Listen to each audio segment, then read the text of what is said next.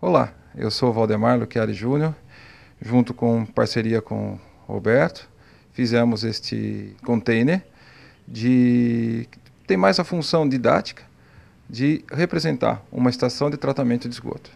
Olá, eu sou Beto Rampazzo, arquiteto.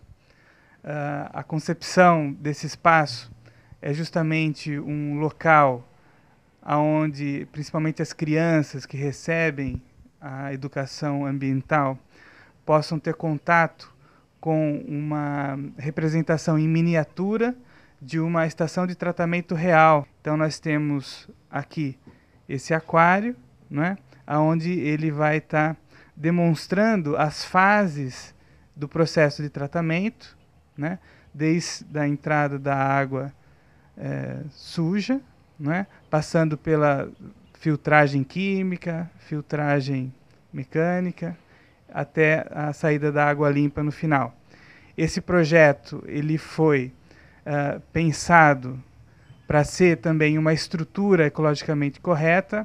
Ele foi montado em wood frame, que é uma estrutura leve de madeira, uma construção a seco, com revestimento de OSB, com chapas metálicas galvanizadas externas e a estrutura de piso com toras de eucalipto, né, que é uma madeira de reflorestamento, e essa rampa de acesso de entrada com tábuas reaproveitadas de reuso da construção civil.